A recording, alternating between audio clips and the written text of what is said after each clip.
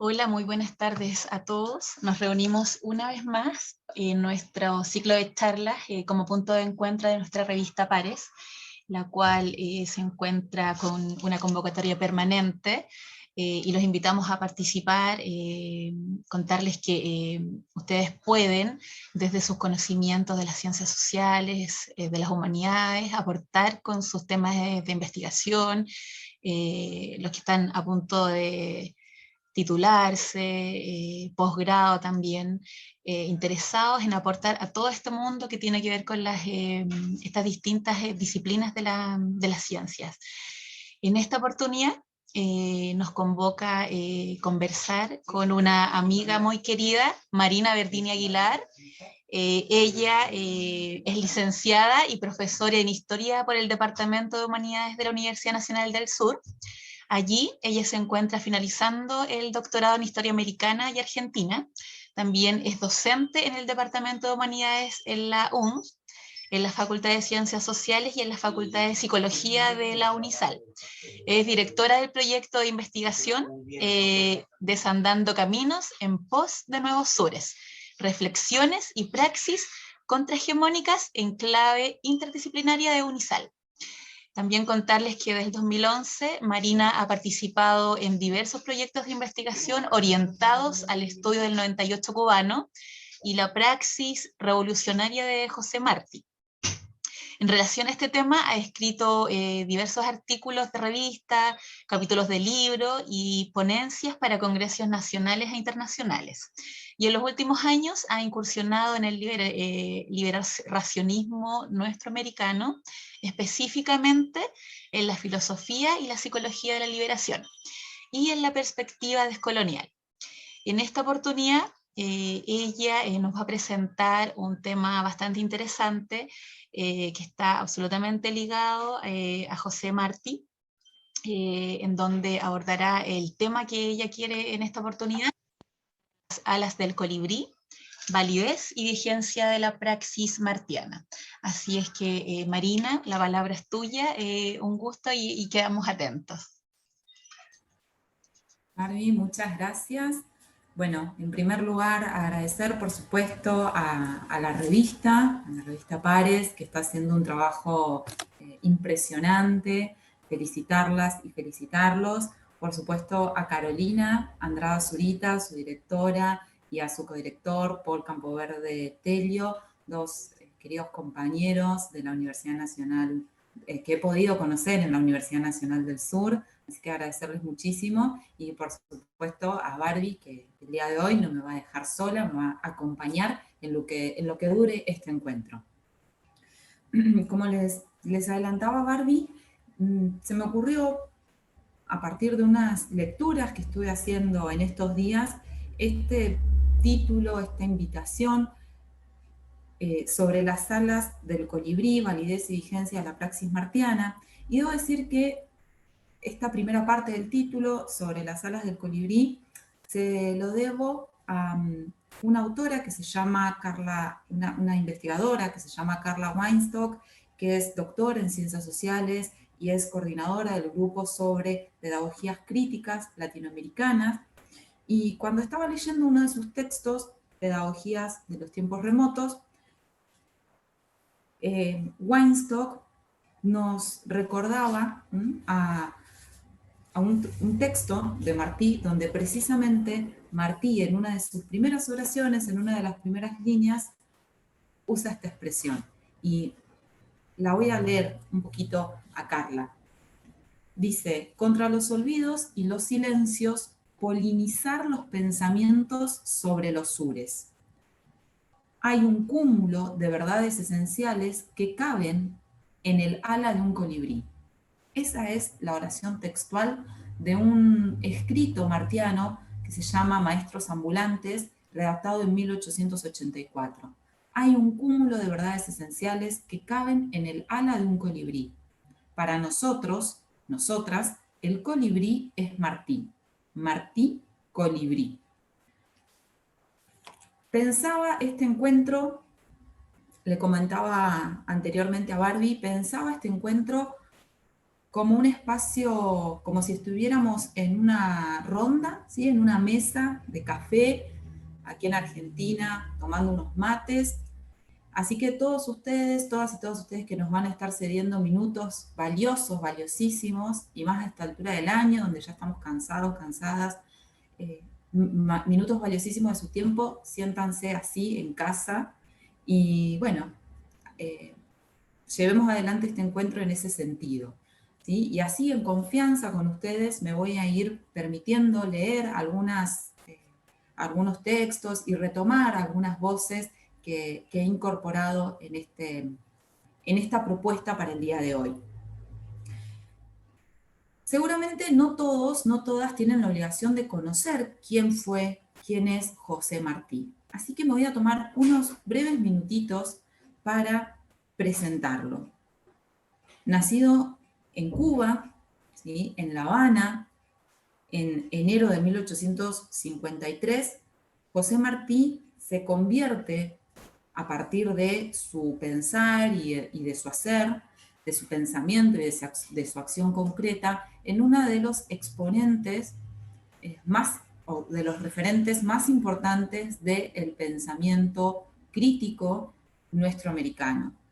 Muere a los 42 años, en mayo de 1895, también en su isla de origen, también en Cuba, específicamente en Dos Ríos, en campo de batalla. ¿Y por qué digo en campo de batalla? Porque sin dudas José Martí es una de las piezas fundamentales para entender lo que va a ser el enfrentamiento bélico llevado adelante entre 1895 y 1898, conocido como la Guerra Necesaria. Y acá vamos a ir incursionando brevemente en el contexto histórico, porque sin duda no podemos entender ni el pensamiento ni la acción de José Martí si no la vamos anclando, si no los vamos anclando en su contexto concreto. La lucha de independencia, la lucha independentista cubana, ¿sí? Una de las últimas colonias que España poseía hacia finales del siglo XIX, debe entenderse como una lucha llevada adelante a lo largo de la mitad del siglo XX, perdón, de la segunda mitad del siglo XIX, que se expresa en distintos intentos independentistas. El denominado en su momento como Guerra Grande, en 1868, luego la Guerra Chiquita y finalmente la Guerra Necesaria. En esta guerra Martí cumplió un rol, insisto, fundamental, porque es quien desde Estados Unidos, radicado en Estados Unidos, va a empezar a articular no solo el movimiento independentista desde la emigración, sino que, por supuesto, esos emigrados proindependentistas van a tener que trabajar en articulación, en concordancia con las fuerzas independentistas radicadas en la propia isla.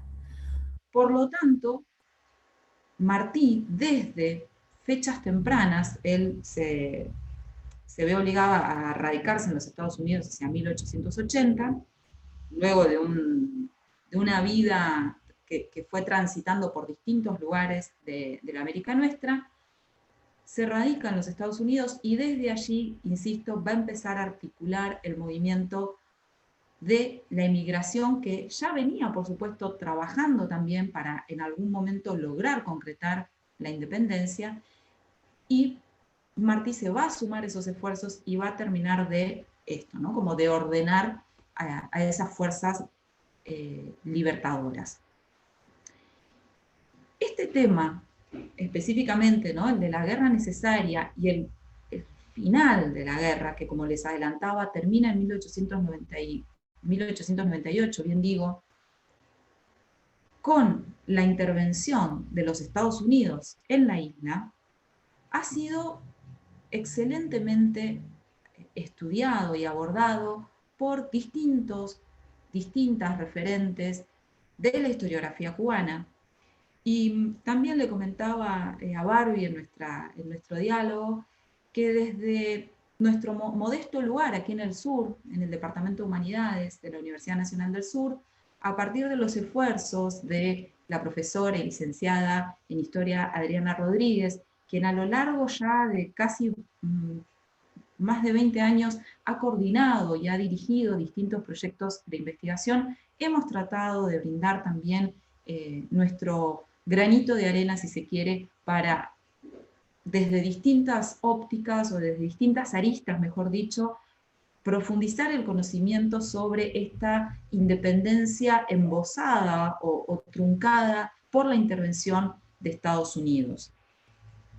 Esos esfuerzos, como les decía recién, realizados a lo largo de distintos proyectos de investigación, hoy se plasman ya desde unos años en el Centro de Estudios Interdisciplinarios sobre Nuestra América José Martí, también bajo la dirección de Adriana Rodríguez, y un centro que hoy en día nuclea a investigadores de distintas partes de América Latina, de la Argentina, y de distintas disciplinas, como su nombre lo indica. Y que nos, a lo largo de todo este itinerario, nos hemos podido vincular, relacionar con distintos referentes, como les decía, de la historiografía cubana y específicamente queridos amigos del Centro de Estudios, del CEM, del Centro de Estudios Martianos, bien digo. Y pensando, ¿no?, en todas estas instancias en las universidades, ¿sí?, para trabajar y fomentar o articular, si se quiere, los esfuerzos en torno al pensamiento crítico, también quería compartirles unas breves palabras de Carla Weinstock, ¿sí?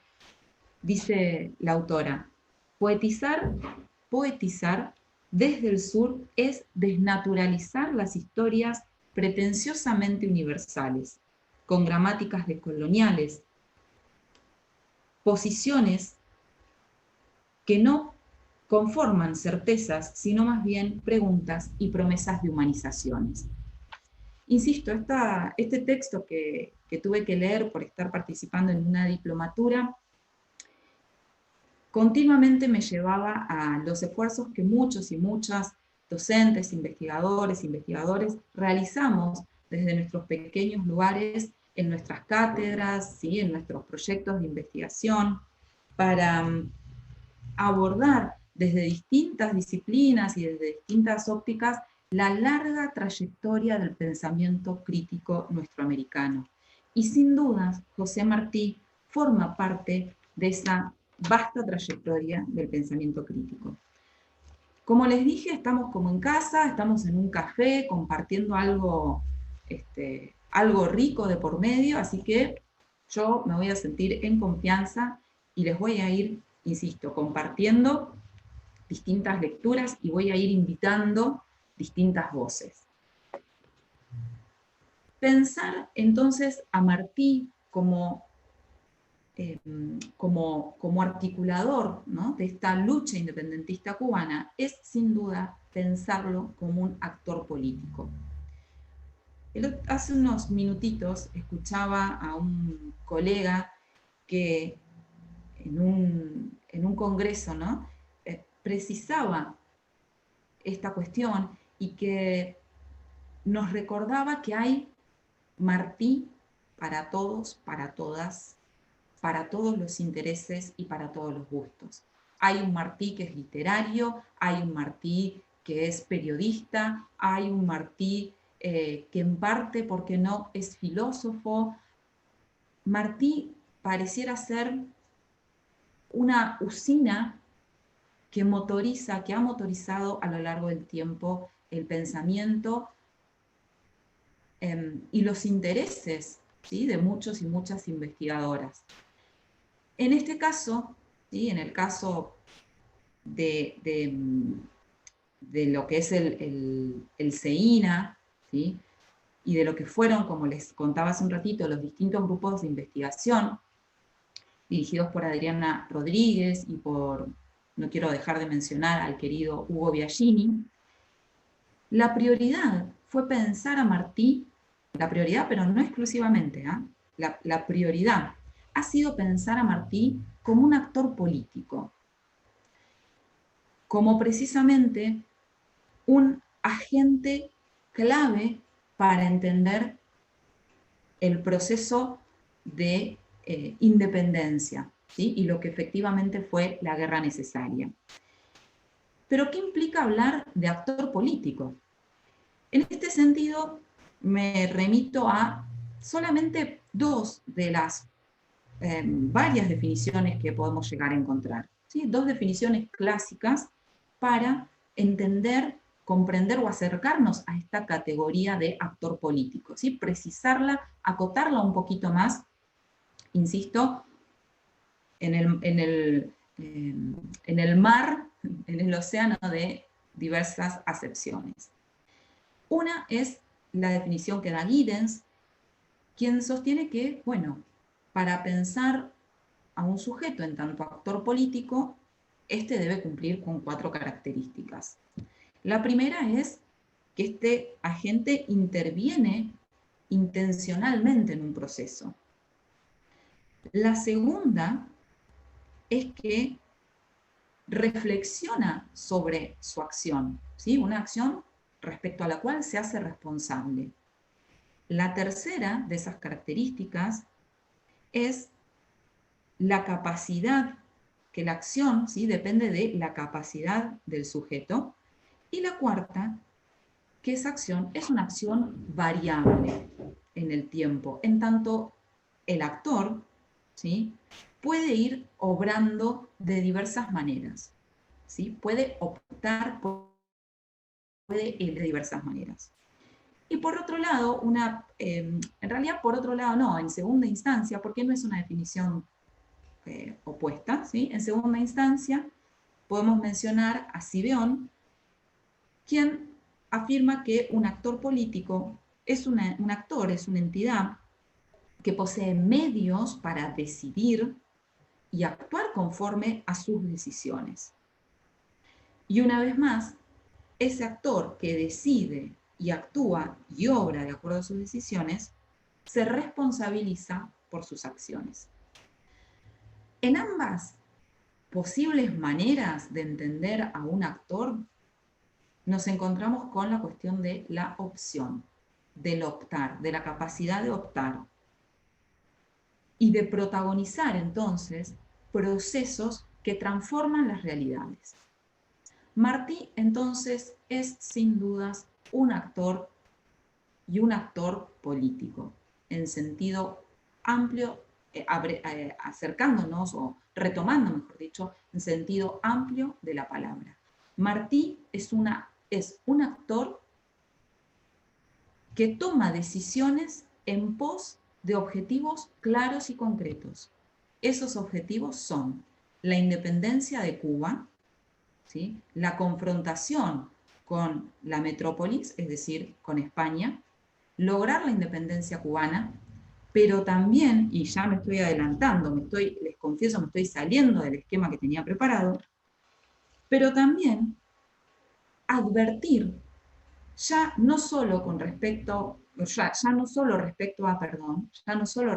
a la dominación colonial, sino advertir respecto a un nuevo tipo de dominación, que es la dominación imperialista norteamericana. Es decir, los objetivos martianos son muy claros y hay podríamos decir, hay un irrenunciable, constituyen un irrenunciable. Hay una coherencia en el pensamiento martiano. Y esto, acá también hago otro paréntesis y quiero hacer una salvedad. La idea no es pensar a Martí en términos de una historiografía liberal, ¿sí? Es decir, de una historiografía que piensa en grandes hombres, en estos hombres inmaculados, ¿sí? Perfectos, y en estas grandes personalidades escindidas, ¿sí? De colectivos sociales. No, sin duda no. Lejos estamos de esas perspectivas de los grandes héroes. Pero sin duda, cuando nos acercamos y vamos adentrándonos en la praxis de José Martí, es decir, en su pensamiento y en su acción, sí podemos observar que es un protagonista, uno de los protagonistas de este proceso de lucha revolucionaria, de lucha independentista cubana. Y como les decía, cumple un rol clave en tanto logra articular esfuerzos que en otro momento quizás hubieran sido esfuerzos dispersos. En 1892 va a crear el PRC, el Partido Revolucionario Cubano, que es sin duda un pilar de la lucha independentista. ¿Sí? Se va a encargar de aunar, de congregar esfuerzos y de entonces gestar, construir todas las condiciones necesarias para lograr el efectivo estallido armado. ¿Sí? Entonces, no estamos pensando a un Martí, insisto, en términos heroicos, ¿sí? Sino estamos pensando a un Martí con agencia, con capacidad de tomar decisiones, y esas decisiones tomarlas en relación a un objetivo fundamental, y un objetivo que él va pensando desde su adolescencia. ¿Sí? Martí, desde su temprana edad, si mal no recuerdo, de 16, 17 años, considera que la única salida para Cuba es la independencia. No esboza o no plantea posturas, anexionistas o autonomistas, que también eran opciones que se consideraban en la época. Para Martí, la opción clave y la única válida para Cuba es la independencia. Eso le va a valer, ese posicionamiento le va a valer la prisión, ¿sí? Y le va a valer el exilio.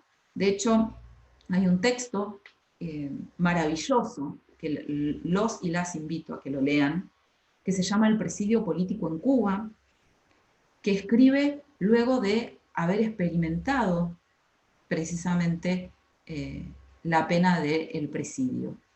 Y luego, luego de cumplir con esa pena, va a tener que irse de Cuba, y allí empieza un itinerario, como les adelantaba hace un ratito, por distintas geografías. Parte hacia España y desde España luego viaja por distintos lugares y luego retorna a nuestro continente. Por lo tanto, a eso me refería cuando les decía, la independencia es un irrenunciable y se mantiene como un tópico coherente en su pensamiento y en su acción, en su obrar, ¿sí? No es algo que no es algo que sea negociable, si se quiere, para Martí, ¿sí? La condición sine qua non para el pueblo cubano debe ser lograr su independencia. Y en este sentido, pensando en la cuestión ya no de la independencia en tanto acto político concreto, sino pensando en la liberación y en términos mucho más amplios, la emancipación, es que sumábamos a la invitación que les propongo en el título de este encuentro, las nociones de vigencia y validez, que no son términos míos, ¿sí? Sino que me tomo el atrevimiento de traerlos y tomarlos de uno de los miembros de la revista, que es el maestro filósofo uruguayo Yamandú Acosta, a quien admiro entrañablemente. Yamandú Acosta tiene un libro que lo estoy buscando, pero no lo tengo a mano, no hice las tareas, no me lo dejé a mano, donde precisamente va a abordar y va a proponer el ensayo, pensar al ensayo Nuestra América desde su vigencia y su validez. Y este planteo de Yamandú a mí me parece sumamente valioso, sumamente enriquecedor, ya que precisamente nos invita a retomar, ¿sí?, el legado de José Martí, pero pensando en su actualidad Y como diría otro querido maestro del pensamiento nuestroamericano, don Arturo Roy, esa vigencia y esa validez y esa actualidad existen en tanto, me permito citarlo a don Arturo, un legado se recepciona y se recrea en algo con valor futuro. Cuando el pasado se asume y se proyecta hacia el futuro. El legado martiano, ¿sí? La escritura martiana y su hacer revolucionario en este sentido, y siguiendo nuevamente a Yamandú, ¿sí? Constituyen sin duda una guía, si se quiere, ¿sí? Una orientación para el obrar de nosotros los nuestroamericanos. En este sentido, esperen que no quiero tergiversar las palabras de Yamandú, ¿sí? Nuestra América, que es, como les decía recién, es el ensayo paradigmático de José Martí, escrito en 1891, constituye una idea reguladora, ¿sí? Para nosotros, insisto, los nuestroamericanos. Es decir, este ensayo que expresa esta intención martiana de construir realidades incluyentes que afirmen la alteridad de esa, diría Dussel, de esa cara negada de la modernidad, ¿sí? Que afirmen la alteridad del indio, del negro, del mestizo. Ese nosotros, nuestro americano, por supuesto no puede ser, dice Yamandú, posible en términos de perfección, pero sí, sin duda, constituye una idea que orienta nuestro comportamiento histórico y social. Para mí son muy valiosos, para mí como para muchos, por supuesto, son muy valiosos los aportes que hace Yamandú Acosta para leer a José Martí, y particularmente esa mirada que tiene de la propuesta martiana y particularmente del ensayo Nuestroamérica como un ensayo transmoderno, ¿sí? Retomando y trabajando allí la categoría propuesta por don Enrique Dussel, pero también pensándola, ¿no? desde un lugar también distinto, ¿sí? Enriqueciendo aún más una categoría, insisto, sumamente valiosa para el pensamiento, para el actual pensamiento latinoamericano, como es la de transmodernidad. Y ya para ir terminando y no cansarlos ni cansarlas y no aburrirlas más, si hubo algo que mencionamos en lo que estábamos conversando, en lo que hemos conversado, es la amplia y vasta trayectoria del pensamiento de América Latina.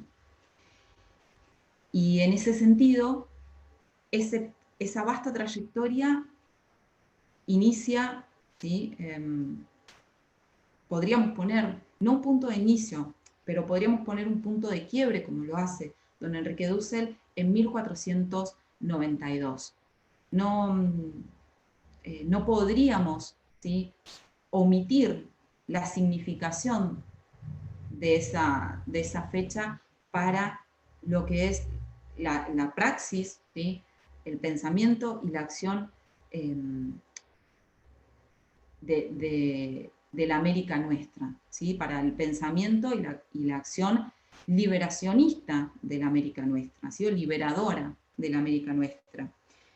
Y en ese sentido, invito a través de sus textos a uno de los referentes del pensamiento del enfoque descolonial, Nelson Maldonado Torres, que precisamente nos invita a reflexionar, ¿sí? en cómo ese pensamiento crítico se ha expresado, particularmente, insisto, tomando lo que es 1492, de distintas maneras, ya sea desde la arista o desde las comunidades indígenas, desde el esclavo africano, ¿sí? Ese esclavo africano, dice Maldonado Torres, que es arrancado de su tierra natal, de su modo de vida para ser transformado en una mercancía. Es decir, no podríamos pensar la acción martiana como parte de esta constelación de pensamiento crítico si no reparamos en esto que mencionábamos recién, si no reparamos en la afirmación de la dignidad de quienes históricamente fueron negados por la modernidad como paradigma civilizatorio. Les confieso, ya se los dije, pero les confieso que me fui del esquema que tenía pensado. Pero como estamos en confianza, estoy segura que no va a haber problema. Quiero cerrar este diálogo compartiéndoles 3 ejes que son, como les adelantaba hace un ratito, constitutivos del pensamiento martiano. No los únicos, por supuesto, para nada, pero sí 3 ejes, 3 tópicos vertebradores del pensamiento y del hacer de ese Martí Colibrí. Por un lado, la denuncia, el alerta respecto al capitalismo moderno norteamericano, la denuncia del colonialismo y del imperialismo, y así como está esa denuncia y esa crítica, también está la afirmación de la unidad antillana y continental. Esta manera en que expongo estos ejes no implica una cuestión de orden, ¿sí? Estamos hablando de tópicos transversales a su obra y a su acción, ¿sí? Este último tema también es clave para entender a Martí. La afirmación de la unidad antillana, por supuesto, pero también continental. De allí ese posesivo Nuestra América. Bueno, espero no haberlos mareado, a pesar de estos cambios de itinerario, espero no haberlos mareado con esta presentación y que bueno, que esta reunión que hemos tenido hoy sea una excusa para conocer más sobre ese Martí Colibrí. Marina, muchas gracias por tu presentación. Mira, como dijiste tú, fue muy ameno, casi un diálogo, pero bajo la circunstancia de la virtualidad lo hacemos más bien como una ponencia. Pero muy agradecidos de tu exposición. Bueno, y contarte que, claro, yo tuve la oportunidad de leer un poquito a Martí, no en profundidad como tú, porque mi profesión más bien es licenciada en trabajo social, entonces ahí uno trata desde el accionar social, público, con las políticas de intervenciones que se realizan a las personas, a las comunidades, tratar de repente buscar autores que tengan que ver con este tema de revolución. Entonces, claro, fundador fue del Partido Revolucionario Cubano, organizador de la guerra de independencia de Cuba, la guerra necesaria, como tú bien comentabas, y murió en batalla él justamente, ahí de un impacto de bala. Y es considerado además actualmente un héroe nacional en su país, en Cuba. Bueno, y él además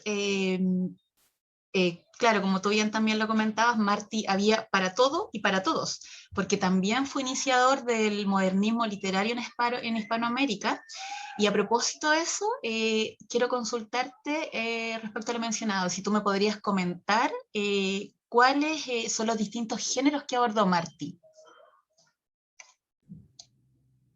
Perfecto, Barbie. La verdad que Martí no dejó género por abordar. Eh, Así como lo pensamos como actor político, ¿sí? La pluma martiana también es una herramienta, es una de las herramientas, dice Weinstock, uno de los materiales, ¿no? Ella habla de materiales martianos. Y la pluma de José Martí, con su estilo tan sui generis, ¿no? Tan difícil por momentos de definir, si bien uno busca como ubicarlo, Martí es Martí, sin dudas, y en ese sentido tuvo la versatilidad, ¿no?, de transitar por distintos géneros, de manera que quien quiera leerlo, ¿sí?, y los que ya lo venimos leyendo, nunca nos vamos a aburrir. Fue escritor de notas periodísticas, escribió para distintos periódicos latinoamericanos, escribió obras de teatro, escribió poesía, por supuesto. Yo creo que quien conoce a Martí lo conoce directa o indirectamente por sus poesías. Todos hemos escuchado Yo soy un hombre sincero de donde crece la palma, o Regalo una rosa blanca en junio como el enero para el amigo sincero que me da su mano franca. Y no sigo porque si me dejan, me embalo. Pero todos hemos conocido, todos tenemos de alguna u otra manera esos versos martianos, aunque no sepamos que son de José Martí. Por lo tanto, también discurrió por la poesía, ¿sí? Trabajó con las crónicas. Por supuesto, como un medio de comunicación ineludible, nos encontramos también con el género epistolar, que es, bueno, el género con el que me encuentro trabajando para mi tesis doctoral, ¿sí?, con un inmenso epistolario, ¿sí?, un inmenso epistolario que ha sido publicado por el Centro de Estudios Martianos. Son alrededor de 5 tomos que abarcan desde 1862 hasta su última carta, su carta inconclusa en 1895. Escribió textos de diversos géneros, lo cual nos permite ver esto, ¿no?, su versatilidad e insisto, cómo la escritura es sin duda un arma política en Martí, desde sus poesías, sus poemas, por supuesto, sus cartas, ¿sí?, sus notas periodísticas, aunque muchas, por supuesto, muchos de esos textos se hacían por una cuestión económica, ¿sí?, es decir, Martí escribía, su trabajo, ¿sí?, era en parte escribir, pero creo yo no, varios estudiosos y eruditos cubanos que han trabajado a nuestro querido José afirman que no hay comas al azar y no hay palabras al azar en los textos martianos. Todas, de una u otra manera, nos remiten a estos ejes que les compartía, a estos entre otros, por supuesto, ¿no? Pero la cuestión de la denuncia a las distintas formas de dominación, la afirmación del otro nuestro americano, son tópicos que de alguna u otra manera aparecen. Y no me quiero, ya con esto cierro esta respuesta a la pregunta sugerente de Barbie, no quiero dejar de mencionar La Edad de Oro. La Edad de Oro fue una revista de la cual, si mal no recuerdo, Martí llegó a editar 4 números, que siempre digo, es como una especie de, discúlpenme el anacronismo, pero me van a saber entender, como una especie de Villiquen de nuestra época, ¿sí?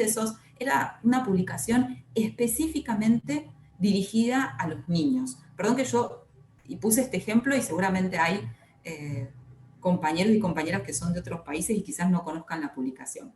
Pero la cuestión es que La Edad de Oro era una publicación dedicada a los niños. Martí le habla a los niños y allí va abordando diversos temas de distinta índole y espera que los niños le escriban y le comenten qué temas les interesa leer en la publicación. Muy, muy, muy breve en la vida de La Edad de Oro, pero, insisto, muy breve, pero no por eso menos sugerente y menos valiosa como fuente de estudio. Marina, y bueno, Rex, respecto a su versatilidad, su diversidad, ¿podrías comentarnos las posibilidades que nos ofrece el pensamiento martiano? Tema de su praxis, su legado escrito para potenciar en este punto los actuales diálogos. Gracias, Barbie, porque nada, a partir de las preguntas van surgiendo cositas que tenía ganas de compartirles y no llegué. En este marco de la vigencia y de la validez del pensamiento martiano, sin duda es una puerta, ¿sí? Una puerta de entrada a otras expresiones, por supuesto, y otros referentes del pensamiento crítico del sur global. Y sin duda, como compartíamos en un encuentro académico reciente con Adriana Rodríguez, con Eugenia Chedrés, Laura Morales, Javier Preti, compañeros y compañeras del CEINA, sin duda Martí sigue siendo un puente para profundizar, para consolidar aún más estos necesarios diálogos entre los sures, ¿sí? En ese sur global. Y es un puente porque las problemáticas de su época, las problemáticas que abordó, como decíamos hace un ratito, nos remiten necesariamente a la categoría de emancipación como como un estar haciendo, ¿sí? Como una acción que no se agota en la independencia, ¿sí? Que no se circunscribe a una independencia política, sino a emancipación, como bien nos dice Elena Torre, nos dice Hugo Biagini, nos dice Arturo Roig. Bueno, una emancipación como una segunda independencia que todavía está inconclusa. Por lo tanto, esas problemáticas de nuestro pasado, pero también esas problemáticas de nuestros presentes, no son exclusivamente latinoamericanas, sino que son compartidas por las distintas geografías de ese sur global. Entre esas problemáticas, por supuesto, como nos indican distintos referentes de la perspectiva del enfoque descolonial, por supuesto, la colonialidad en sus múltiples expresiones, la colonialidad del poder, la colonialidad del ser, la colonialidad del decir, es decir, Martí como Freire, como Fanon, ¿sí? Como Paulo Freire, como Franz Fanon, son puentes que unen a todo ese sur global en tanto víctima del paradigma civilizatorio moderno colonial. De hecho, y ya con esto, ahora sí cierro y no los aburro más, hace poquito en un encuentro escuchaba a una ponente que lamentablemente no recuerdo su nombre, que estaba haciendo un excelente y un interesante trabajo de campo, o lo había hecho para su tesis doctoral en África. Y al viajar a África, tuvo la oportunidad de visitar a una persona del lugar y observar su biblioteca. Ella comentaba que era una persona muy, muy humilde, ¿sí? Y tenía, de todos modos, una biblioteca allí en su casa, y entre los textos que tenía un texto de Martí. Los vínculos entre África y Cuba, ¿sí? O entre África y, por ejemplo, como les decía, los aportes de Paulo Freire son conocidos, sin duda, ¿sí? Y son sumamente ricos y valiosos. Pero particularmente un texto de Martí, allí en una biblioteca africana, nos indica esto que comentábamos hace un ratito, las problemáticas, con todas las singularidades de cada caso, son más comunes de lo que nosotros creemos. Y necesitamos, sin duda, seguir construyendo estos vínculos a partir de estos, en términos del maestro Yamandú, de estos tópicos utópicos, pero no imposibles para el sur global.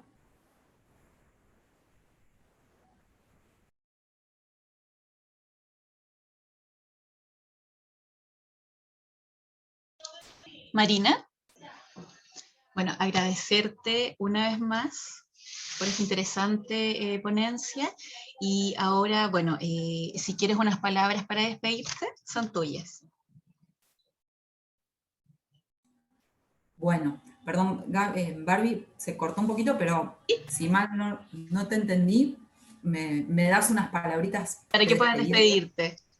Bueno, una vez más, como iniciamos este diálogo, agradecer a la revista Pares. Ya tuve la oportunidad de hacerlo personalmente con Caro, pero felicitarlos y felicitarlas por este trabajo que están haciendo.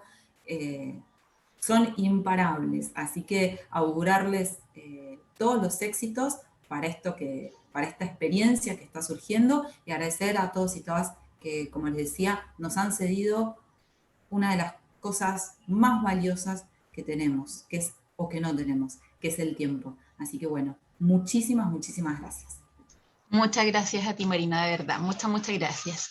Y despedirnos invitándolos a todos, a nuestros amigos y colaboradores de Brasil, Colombia, Uruguay, Puerto Rico, de Estados Unidos, de Ecuador, de Chile, México y Argentina, a participar de nuestra revista, teniendo una convocatoria permanente. Página oficial de la revista, revistapares.com.ar.